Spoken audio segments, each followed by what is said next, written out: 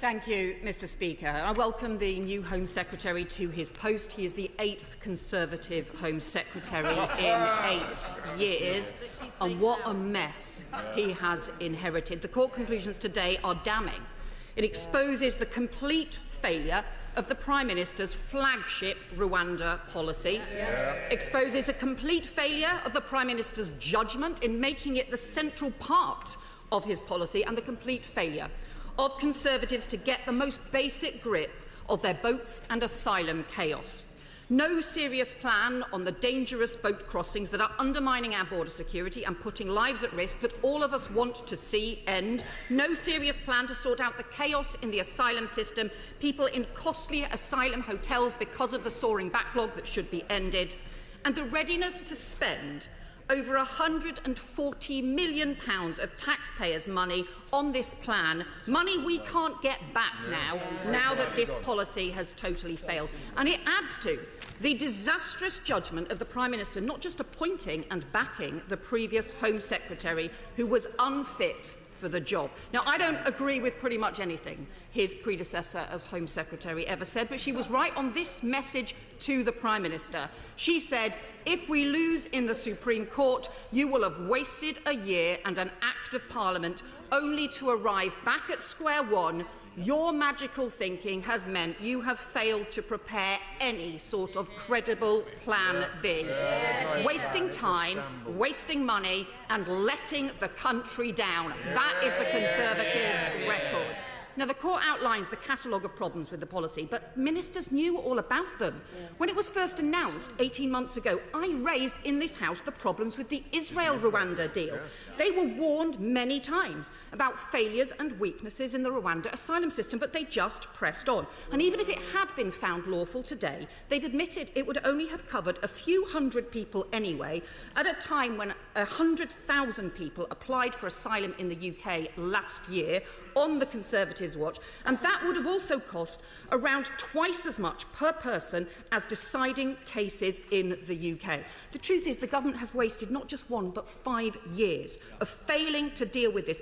5 years ago there were just a few hundred people crossing in boats, but they let criminal gangs take hold along the channel.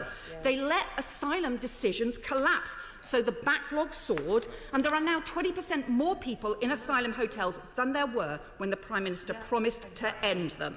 So will he now tell us how much in total has the government spent on this failed Rwanda plan so far? The House has a right to know. He says he wants a new treaty. How much more will that cost? And the court judgment says, despite his optimism, it says of the changes that are needed, the Rwandan government indicated that the contemplated arrangements might not be straightforward to implement in practice. And the court says the provision of resources does not mean that the problems we have described can be resolved in the short term. So again, more of the magical thinking. And what does this mean for the Prime Minister's flagship legislation? Because he boasted about passing it only yesterday, but the government hasn't actually commenced the central clauses of the law, because without Rwanda, and frankly even with Rwanda, the policy doesn't work and will just lead to an endless, ever-increasing permanent backlog. So can he confirm now he won't in fact be implementing the central tenets of that law this year? And can he confirm that this means the Prime Minister's pledges to introduce the new law, to stop the boats and to also to end hotel use will all be broken this year?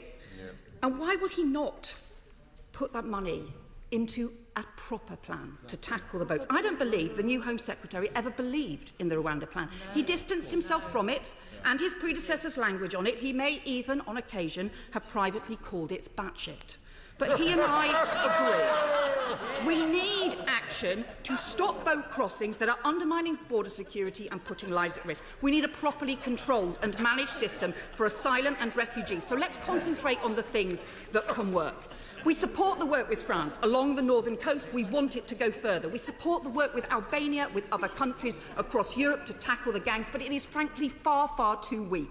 We need a proper, comprehensive, massively scaled-up plan to go after the criminal gangs and a proper system to clear the backlog, to have a proper returns unit in place so we can end hotel use. And instead of that cost going up from £6 million to £8 million a day on his watch, let us end hotel use and save the taxpayer £2 billion.